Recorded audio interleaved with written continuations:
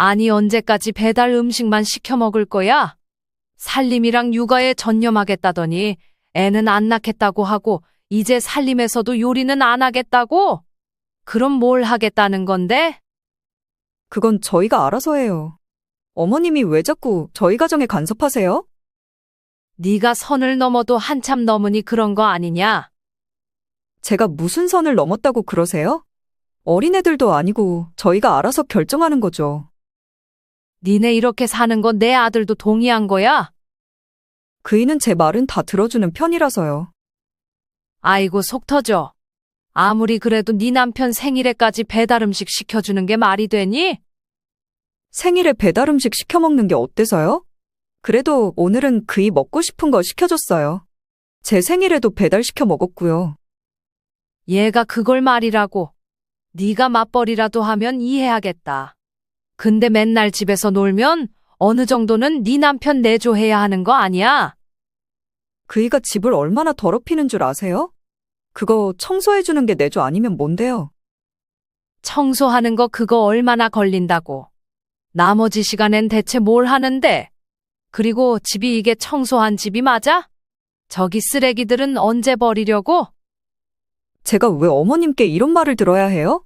솔직히 이렇게 집에 아무렇지 않게 찾아오시는 것도 불편하네요. 여기가 누구 집인데? 방금 대화 속 주인공 71세 김연자 할머니. 그리고 그의 며느리 장혜진입니다. 김씨 할머니는 아들의 생일이었던 이날 미역국을 끓여 아들의 집으로 향했습니다. 저녁 시간에 맞춰서 갔지만 이미 아들과 며느리는 배달 음식을 시켜 먹고 있었습니다. 할머니는 한숨을 쉬며 얼른 미역국을 국그릇에 담아 아들에게 건넸습니다. 미역국 안 먹어도 돼요. 그래도 생일인데 밥을 먹지 왜 또 배달 음식이야? 김씨 할머니는 며느리를 째려봤습니다. 며느리는 아랑곳하지 않고 배달 음식을 맛있게 먹었습니다. 집은 왜 이렇게 엉망이야? 밥 먹고 치울 거예요.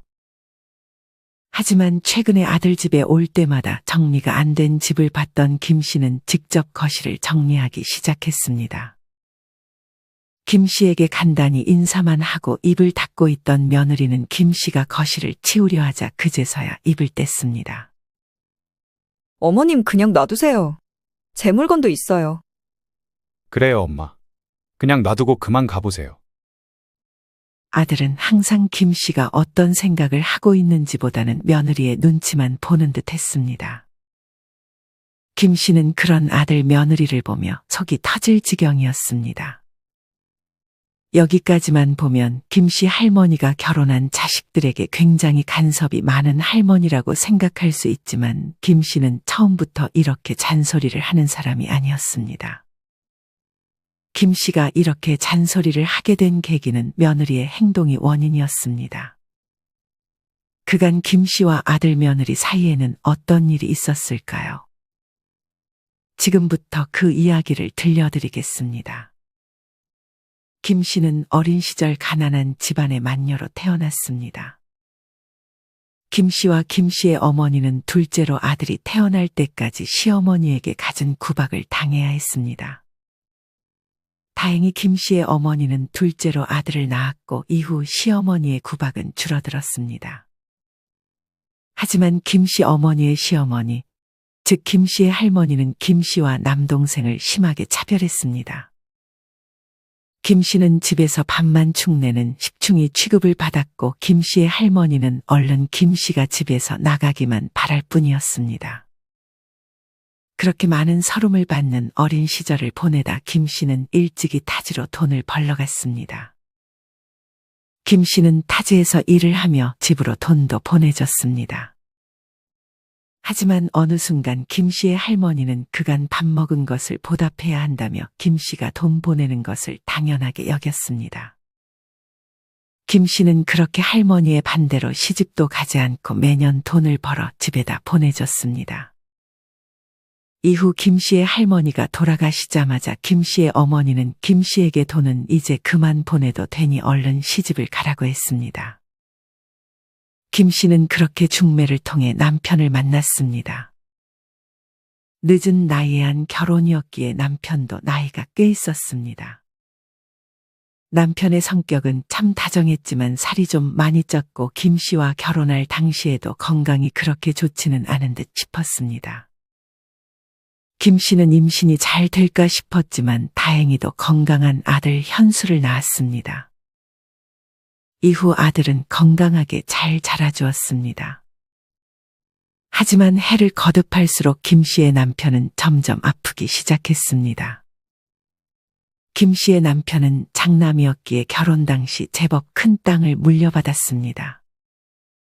남편은 자기를 지극정성으로 간호해주는 김 씨에게 감동해 김 씨에게 미리 큰 땅을 전부 물려줬습니다.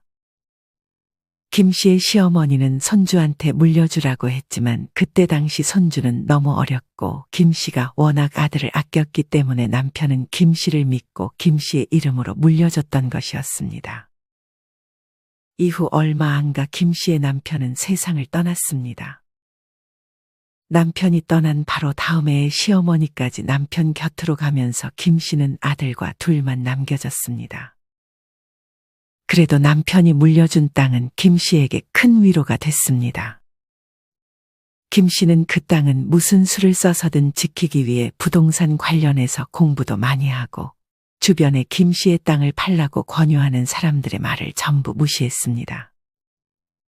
그렇게 김 씨는 일도 하며 열심히 아들 현수를 키웠습니다. 아들은 학창시절 공부를 아주 잘하진 못했지만 무언가 하나에 빠지면 그것만 하는 성격이었습니다. 아들은 지방대에 들어가서 경영학을 전공하더니 이내 학교를 휴학하고 그때부터 사업을 하기 시작했습니다. 그 당시만 해도 사업을 하기 위해서는 큰 돈이 필요할 것이라 생각해 김 씨는 걱정이 앞섰지만 아들은 그전부터 아르바이트를 하거나 자기가 직접 붕어빵 장사를 해보면서 모은 작은 돈으로 사업을 작게 시작했습니다. 아들은 꽤 치밀해서 절대 빚을 지거나 큰 돈으로 사업을 시작하지 않았습니다. 그렇게 여러 번 실패했지만 작게 시작을 했기 때문에 아들에게 큰 타격이 있지는 않았습니다. 그리고 이후 아들은 다시 작게 시작한 사업을 꽤 크게 키웠습니다. 이때부터 사업의 도가 텄는지 아들은 나름 잘 나가는 사업가가 되어 있었습니다. 아들은 사업이 어느 정도 자리를 잡자 엄마에게 금반지를 선물했습니다. 아이고 아들아, 뭐 이런 걸 사왔어? 말은 그렇게 하면서도 김 씨의 입가에는 미소가 번졌습니다. 엄마 아니었으면 저 이렇게 성공하지도 못했을 거예요. 엄마가 저 뒷바라지 잘해주신 덕이라 이거 받을 자격 있으세요. 사실 아들의 말처럼 김 씨는 아들이 사업을 할 때 열심히 뒷바라지를 했습니다. 아들의 아침 저녁밥은 물론이고 점심밥은 도시락으로 싸주었습니다. 엄마 아니었으면 맨날 편의점 가서 라면이나 인스턴트 식품만 먹었을 거예요. 이외에도 아들의 옷을 김 씨가 직접 사오는 경우가 많았고 셔츠의 경우 김 씨가 하나하나 다리기도 했습니다.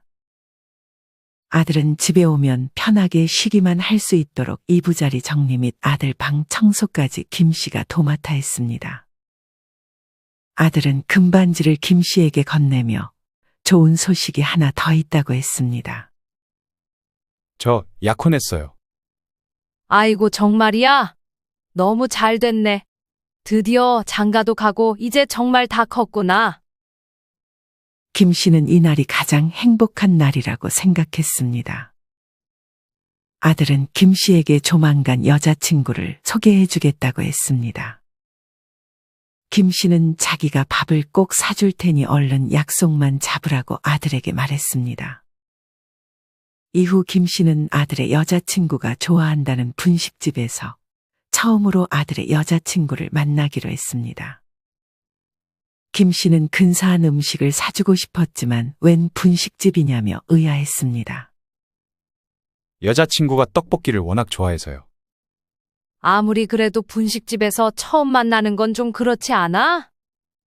뭐 어때요? 여자친구가 오늘 떡볶이가 너무 땡긴다고 그래서요. 돈도 많이 안 들고 좋죠. 아이고 그래. 김 씨는 이때까지만 해도 예비 며느리가 검소한 성격의 사람일 것이라 생각했습니다. 김 씨는 괜히 며느리 앞에서 실수하지 않을까 긴장한 채로 분식집으로 향했습니다.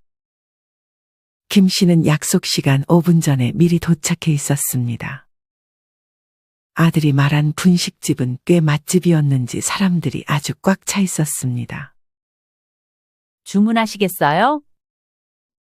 김 씨가 자리에 앉기도 전에 직원이 물었습니다. 이따가 일행이 올 거라서요. 오면 그때 같이 주문해도 될까요? 저기 뒤에 기다리는 손님들이 있어서요.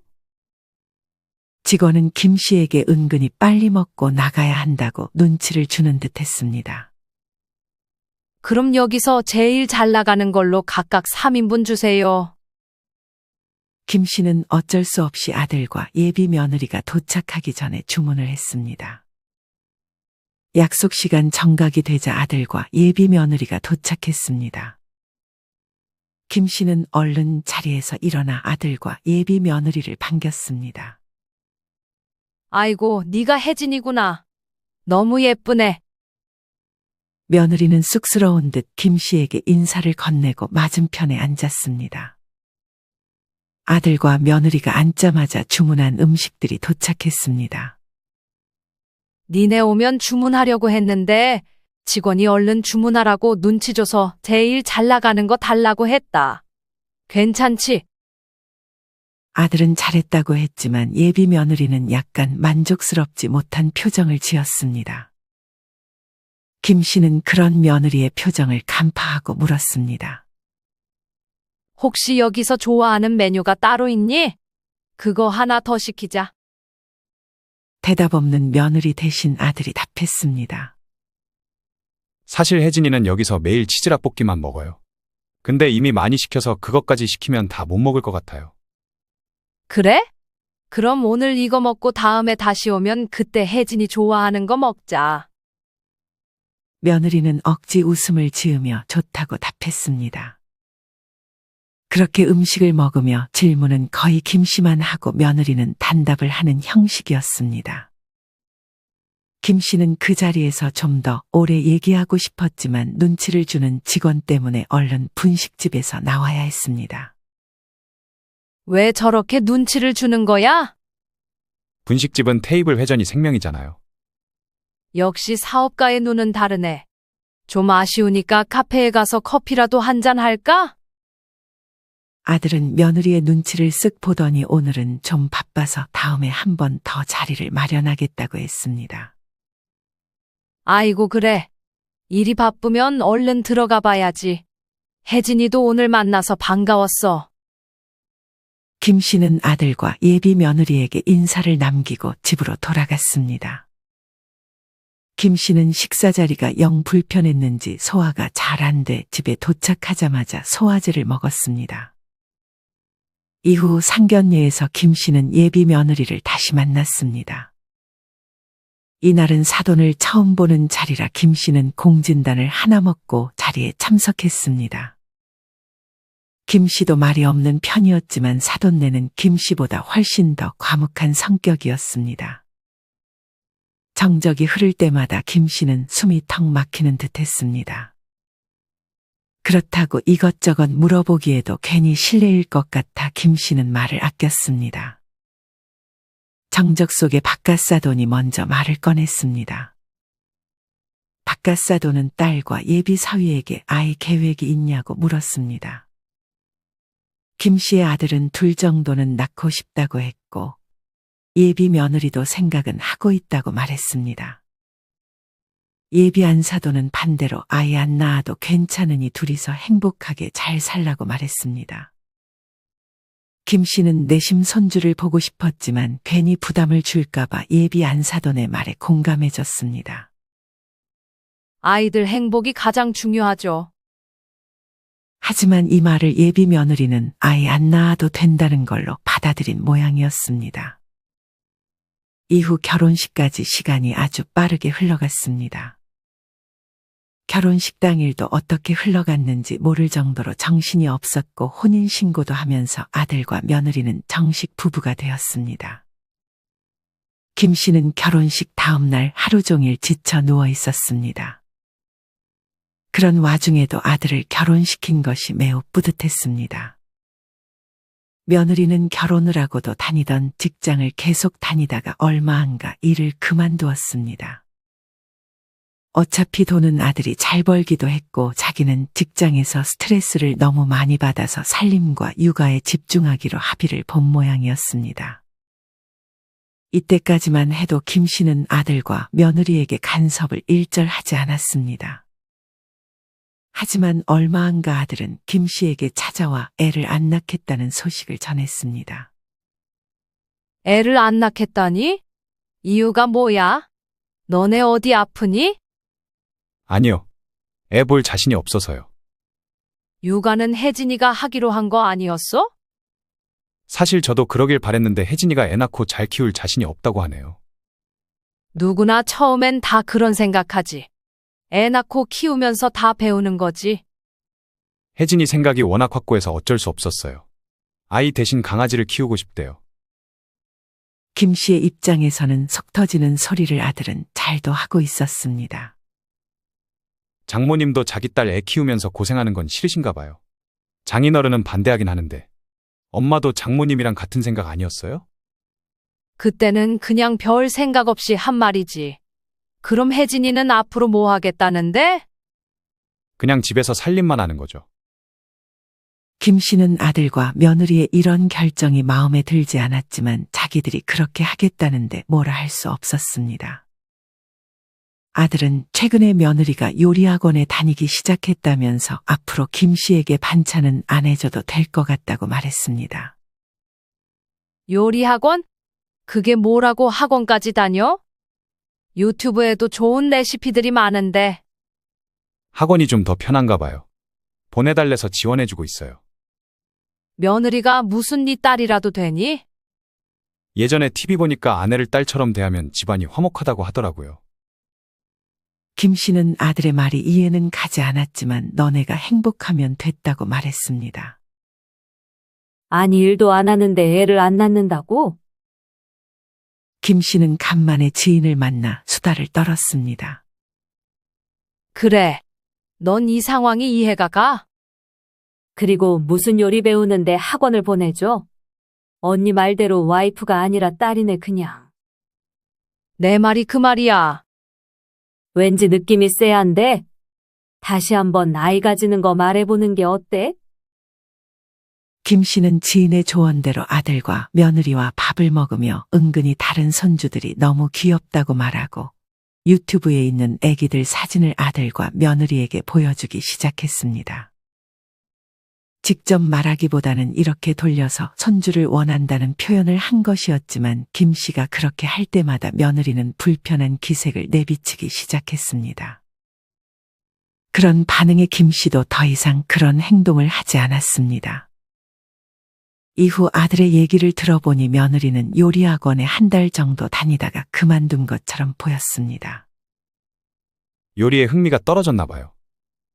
그럼 유튜브로 요리 배우겠대? 그건 아니고 그냥 편하게 배달 음식 시켜 먹기로 했어요. 김 씨는 그런 아들의 말에 헛웃음이 나왔습니다. 그도 그럴 것이 결혼해서 일도 안 하는데 아이도 안 낳고 심지어 요리도 안 하겠다면 대체 뭘 하겠다는 건지 김 씨는 이때부터 며느리가 매우 못마땅해지기 시작했습니다. 그럼 혜진이는 대체 뭘 하겠다는 거야? 워낙 외향적이어서 집 밖에서 노는 걸 좋아해요. 넌 집에 있는 걸 더 좋아하지 않아? 그래서 그냥 쉴 때 저는 집에서 쉬고 혜진이는 밖에서 친구들 만나요. 그래. 니네가 알아서 정할 문제지. 괜히 간섭하지 않으마. 아들은 걱정 말라며 김 씨를 달랬습니다. 이후 아들이 결혼하고 김 씨는 첫 생일을 맞이했습니다. 김 씨는 아들이 맛있는 음식을 사준다는 말에 생일만 손꼽아 기다리고 있었습니다. 생일 당일 김 씨는 아들이 말해준 장소에 가서 미리 기다리고 있었습니다. 하지만 들어오는 건 아들 혼자였습니다. 혜진이는 같이 안 왔어? 오늘 오래전에 친구들이랑 약속 잡아놓은 게 있다고 해서 같이 못 왔어요. 죄송하다고 꼭 전해달라 하네요. 아들은 그러면서 김 씨에게 며느리가 손편지를 써왔다며 김 씨에게 건넸습니다. 김 씨는 누군가에게 처음 받아보는 손편지였기에 크게 감동했습니다. 생일에 참석 못해 미안하다는 말과 함께 앞으로 잘 부탁드린다는 짤막한 문장이었지만 김 씨의 마음에 크게 와닿았습니다. 김 씨는 그간 며느리에게 쌓인 감정들이 사르르 녹는 기분마저 들었습니다. 이후 할머니는 아들의 집을 방문했습니다. 사실 결혼 당시 김 씨는 남편에게 물려받은 땅의 절반을 팔아 아들의 집을 사줬습니다. 이때는 김 씨의 명의로 집을 샀는데 김 씨는 아들에게 집을 증여하기 위해 아들을 찾았던 것이었습니다. 김 씨는 이 문제로 고민을 하고 있었습니다. 아들의 이름으로 집을 증여하면 세금을 많이 내야 할 수 있었고, 며느리와 공동 명의로 해주면 세금이 조금 줄어들었습니다. 최근에 며느리에게 받은 편지에 감동을 받긴 했지만 김 씨는 그래도 그냥 아들의 명의로 집을 증여해 주기로 마음먹었습니다. 그렇게 아들의 집에 방문했는데 아들과 며느리는 늦은 저녁을 먹고 있었습니다. 하지만 김 씨의 눈에 보인 것은 또 떡볶이였습니다. 점심에 떡볶이 먹었다고 하지 않았어? 이건 다른 종류라서 괜찮아요. 또 배달 음식을 시켜 먹는 모습을 보자 며느리의 손편지에서 받은 감동이 싹 없어지는 느낌이었습니다. 김 씨는 아들이 밥을 다 먹고 아들의 서재로가 집 증여 문제에 대해 얘기를 나누기 시작했습니다. 김 씨는 자기 생각대로 집은 아들 이름으로 해주겠다고 말했습니다. 아들도 그런 김 씨의 말에 동의했습니다. 하지만 불행히도 며느리는 그런 김 씨와 아들의 대화를 엿듣고 있었습니다. 아들과의 대화를 끝내고 김 씨는 아들 며느리와 간단히 담소를 나눴습니다. 김 씨는 단지 궁금해서 며느리에게 요즘 뭐 하냐고 물었습니다. 김 씨는 며느리에게 물었지만 아들이 대신 대답했습니다. 혜진이 요새 수영도 배우고 외국어도 배우고 바빠요. 김 씨는 속으로 당연히 그 돈은 아들의 지갑에서 나간다고 생각하니 점점 며느리가 괘씸해지기 시작했습니다.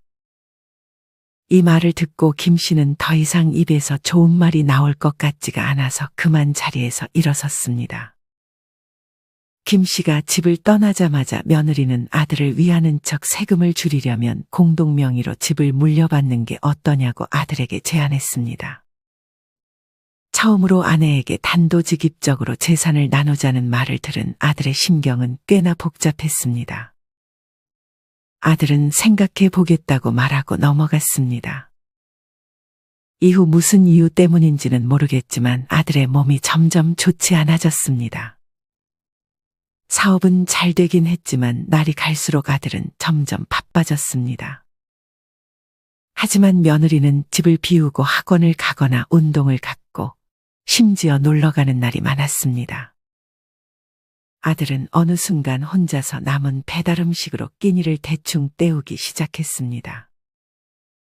그러던 어느 날 아들이 쓰러져 응급실로 실려가자 김 씨는 불이 나게 달려갔습니다. 그곳에 며느리의 모습은 보이지 않았고 1시간 정도 있다가 며느리가 도착했습니다. 김 씨는 며느리에게 어디 갔다 오는 거냐고 물었습니다. 며느리는 학원 마치고 바로 달려왔다 했습니다. 그래도 네 남편이 쓰러졌는데 중간에 바로 왔어야 되는 거 아니야? 김 씨는 처음으로 며느리에게 한 소리 했습니다. 며느리는 그런 김 씨의 말에 다시 한번 불편한 기색을 내비쳤습니다. 김 씨는 이때부터 아들의 집에 가서 반찬도 다시 가져다 주기 시작했습니다. 예전에 하던 대로 몸에 좋은 음식들을 잔뜩 만들어 가져다 주었습니다. 며느리가 눈치를 줬는지 아들은 김 씨에게 반찬 안 갖다 줘도 된다고 했지만 김 씨는 아랑곳하지 않고 아들에게 반찬을 주러 집을 자주 찾아갔습니다. 하지만 이후 김 씨가 방문했을 때 전과 마찬가지로 매번 배달 음식이 시켜져 있었습니다.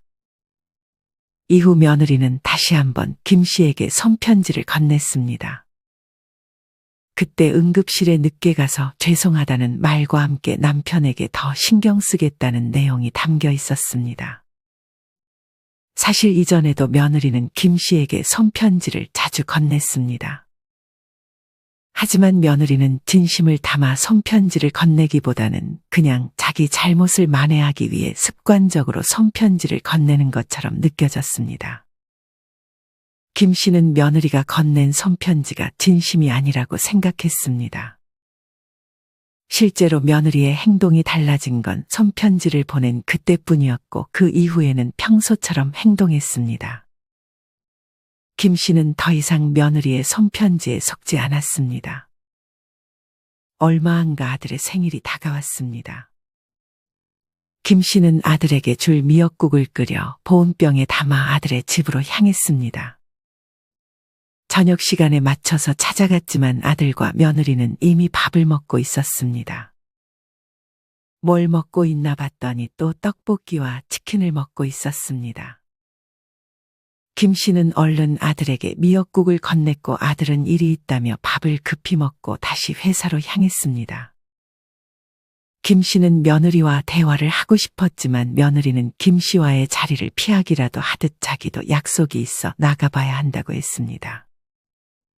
김 씨는 그런 며느리를 붙잡고 속에 있던 말들을 하기 시작했습니다. 아니, 언제까지 배달 음식만 시켜 먹을 거야? 살림이랑 육아에 전념하겠다더니 애는 안 낳겠다고 하고 이제 살림에서도 요리는 안 하겠다고? 그럼 뭘 하겠다는 건데? 그동안 참아야지 하며 말을 아꼈지만 이날은 자기도 모르게 그런 말들이 김 씨의 입에서 나왔습니다. 그건 저희가 알아서 해요. 어머님이 왜 자꾸 저희 가정에 간섭하세요? 며느리는 이제야 본성을 드러내기라도 하듯 지지 않고 김 씨에게 대꾸했습니다. 네가 선을 넘어도 한참 넘으니 그런 거 아니냐? 제가 무슨 선을 넘었다고 그러세요? 저희가 어린애들도 아니고 저희가 알아서 결정하는 거죠. 니네 이렇게 사는 거 내 아들도 동의한 거야? 그이는 제 말은 다 들어주는 편이라서요. 아이고, 속 터져. 아무리 그래도 네 남편 생일에까지 배달 음식 시켜주는 게 말이 되니? 생일에 배달 음식 시켜 먹는 게 어때서요? 그래도 오늘은 그이 먹고 싶은 거 시켜줬어요. 제 생일에도 배달 시켜 먹었고요. 얘가 그걸 말이라고. 네가 맞벌이라도 하면 이해하겠다. 근데 맨날 집에서 놀면 어느 정도는 네 남편 내조해야 하는 거 아니야? 그이가 집을 얼마나 더럽히는 줄 아세요? 그거 청소해주는 게 내조 아니면 뭔데요? 청소하는 거 그거 얼마나 걸린다고. 나머지 시간엔 대체 뭘 하는데? 그리고 집이 이게 청소한 집이 맞아? 저기 쓰레기들은 언제 버리려고? 제가 왜 어머님께 이런 말을 들어야 해요? 솔직히 이렇게 집에 아무렇지 않게 찾아오시는 것도 불편하네요. 여기가 누구 집인데? 아들과 며느리가 사는 집은 아직 김 씨의 명의로 되어 있는 집이었기에 며느리는 잠시 말문이 막혔습니다. 그래도 이 집에서 저 놀고 먹기만 하는 것도 아니에요. 그리고 그이 세금 아낄 거 생각해서라도 그냥 집은 공동 명의로 물려주시면 안 돼요? 알아보니 증여세도 그이한테 물려주면 몇 억 가까이 내야 하던데. 그건 네가 상관할 바 아니다. 저도 이 집 가족이잖아요. 요새 청소를 좀 못한 건 맞지만 저도 바빠서 그런 거예요. 내 아들 돈으로 학원 다니는 게 네가 바쁜 이유야? 며느리는 그 말을 듣고 잔뜩 성난 얼굴이었지만 김 씨의 팩폭에 아무 말도 하지 못했습니다. 김 씨는 더 심한 말이 나올 것 같아 얼른 집에서 빠져나왔습니다. 그리고 집에 도착해서도 한동안 울분을 가라앉히기 힘들었습니다. 김 씨는 아들에게 먼저 오늘 있었던 일을 말했습니다. 며느리는 분명 왜곡해서 아들에게 말할 것이 뻔했기 때문이었습니다. 하지만 아들은 며느리의 편을 들어줬습니다. 엄마는 제가 이혼하기를 바라세요? 그걸 원해서 한 말은 아니었기에 김 씨의 마음도 복잡했습니다. 아들의 얘기를 들어보니 아들은 가정을 지키고 싶어 하는 것 같았습니다. 김 씨는 그런 아들의 말을 듣고 더 이상은 아들과 며느리의 문제에 간섭하지 않기로 했습니다. 김 씨는 이후 정말로 아들의 집에 방문하지 않았습니다. 그렇게 아들과 며느리에게서 떨어지니 김 씨의 마음도 어느덧 차분해졌습니다. 그렇게 평안한 하루하루를 보내고 있던 김 씨에게 어느 날 아들이 찾아왔습니다. 아들의 표정은 넋이 나간 듯하면서도 단호한 표정이었습니다. 김 씨는 조심스레 물었습니다. 무슨 일 있니? 실은 아들은 힘겹게 말을 꺼내기 시작했습니다. 아들의 말에 의하면 며느리의 금전 요구가 갈수록 심해졌다고 했습니다. 이전에 학원 보내주는 것까지는 괜찮았지만 자기 친구들이랑 여행을 보내달라고 하질 않나, 비싼 마사지를 받으러 갈 테니 지원해달라 하질 않나, 요리도 안 하면서 생활비를 올려달라고 하는 등 며느리의 요구가 많아졌다고 했습니다. 김 씨는 그런 아들이 말을 하는 중간에 화가 났는지 찬물을 벌컥 마셨습니다.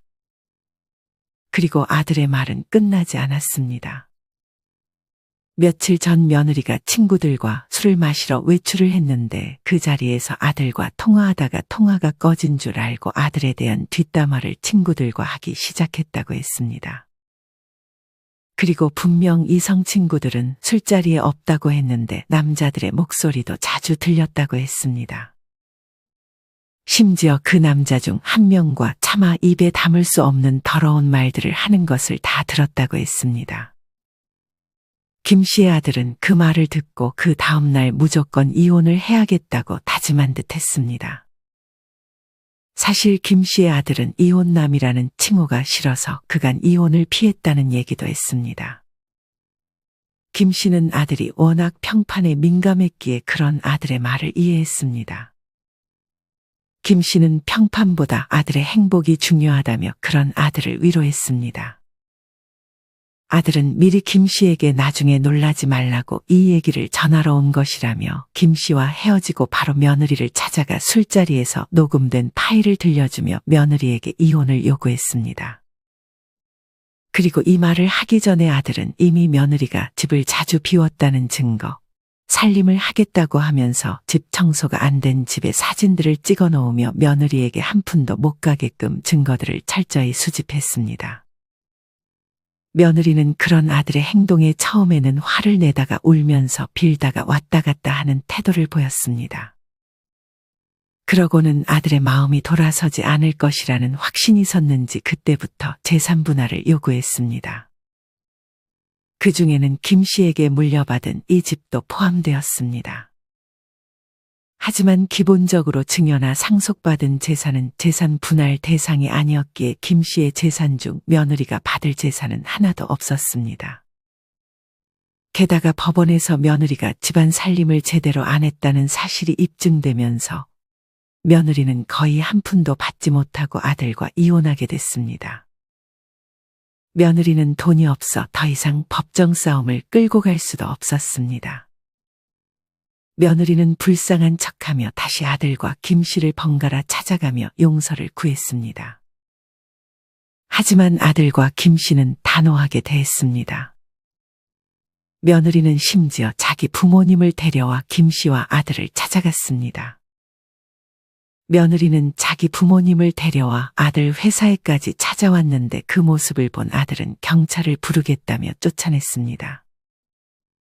며느리의 다음 행선지는 바로 김 씨의 집이었습니다.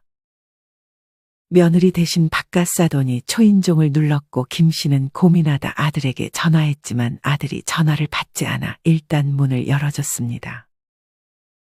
문 앞에는 사돈네와 며느리가 죄 지은 사람처럼 서 있었고 김 씨는 일단 안으로 들어오라고 했습니다. 차를 내어온 김 씨는 무슨 할 말이 있어 찾아왔냐고 물었습니다. 저희 딸이 너무 철이 없었습니다. 그간 저희 딸이 어떻게 행동했는지 딸에게 익히 들어 잘 알고 있습니다. 하지만 그 정도로 아이들을 갈라서게 하는 것은 조금 아니지 않나 싶어 이렇게 염치불구하고 찾아왔습니다. 그 정도라는 게 어떤 의미죠? 김 씨가 생각하기에 며느리는 자기 부모님에게 지금까지 있었던 사실 전부를 다 말하지 않았던 모양이었습니다. 그 사실을 간파한 김 씨는 얼른 아들에게서 받은 녹음본을 사돈에게 들려줬습니다. 며느리가 예의 없이 김 씨의 손을 잡고 제지하려 하자 바깥 사돈이 그런 며느리의 손을 뿌리치며 가만히 있으라고 소리쳤습니다. 녹음본에서 사위에 대한 험담을 하는 내용과 다른 남자랑 음담패설을 주고받는 얘기를 들은 바깥 사돈은 그 자리에서 이를 꽉 물더니 앉은 채로 며느리의 뺨을 때렸습니다. 안 사돈은 놀라서 뭐 하는 거냐고 남편을 말렸고 며느리는 아버지에게 처음 맞아봤는지 뺨을 부여잡은 채 미동도 없었습니다. 바깥 사돈은 이내 김 씨에게 정말 죄송하다고 말하며 아내와 딸을 데리고 집 밖으로 향했습니다. 이후 며느리와 처가댁 식구는 다시는 김 씨와 아들을 찾아가지 않았고 이혼 소송도 중간에 포기했습니다. 아마 바깥 사돈이 딸에게 호되게 혼쭐을 내준 모양이었습니다. 아들에게는 이혼남이라는 꼬리표가 붙긴 했지만 아들은 머지않아 요새 이혼이 대수냐고 생각하며 다시 일상으로 돌아갔고 김 씨는 이 일이 있고부터는 아들에게서는 좀 멀어지며 자신의 삶을 즐기기 시작했습니다. 예전에는 반찬도 직접 가져다 주고 했지만 이제는 아들이 직접 말하지 않는 이상 반찬을 가져다 주지 않았고 아들이 다시 연애를 하고 있어도 별로 신경 쓰지 않았습니다. 김 씨는 그보다 자신이 그동안 하고 싶었던 취미들을 즐기며 생활하니 이보다 행복한 노후는 없는 듯 싶었습니다. 그렇게 김 씨와 아들은 자기 생활로 다시 돌아가 평온한 하루하루를 보내고 있습니다. 여러분은 이런 김 씨의 이야기를 어떻게 들으셨나요? 분명 며느리가 살림과 육아에 전념하겠다고 약속해놓고 아이를 안 가지겠다고 선언하고 요리도 안 하겠다고 선언해버리면 그 어떤 부모님이라도 기분이 썩 좋지 않을 것 같습니다. 물론 다 큰 아들의 문제이니 신경을 끄는 것이 가장 좋다고 생각하는 분들도 계실 것입니다. 하지만 막상 그런 마음을 가지더라도 며느리가 저렇게 행동한다면 간섭을 안 하기도 힘들 것 같다는 생각이 듭니다. 특히나 만약 저런 며느리가 있다면 내 재산이 며느리에게 가지 않도록 미리 알아보고 공부하는 것이 좋습니다. 증여와 상속에 관한 법은 자주 바뀌니 항상 변호사님과 상담을 통해 최근의 법은 어떤지 알아보는 습관을 가져보는 것도 좋을 것 같습니다. 여러분은 만약 저런 며느리가 있다면 김 씨처럼 행동하실 것 같으신가요? 아니면 그냥 모르는 사람이다 생각하고 관심을 끌 것 같으신가요? 저런 며느리를 대처하는 더 좋은 방법이 생각나신다면 자유롭게 댓글을 남겨주세요.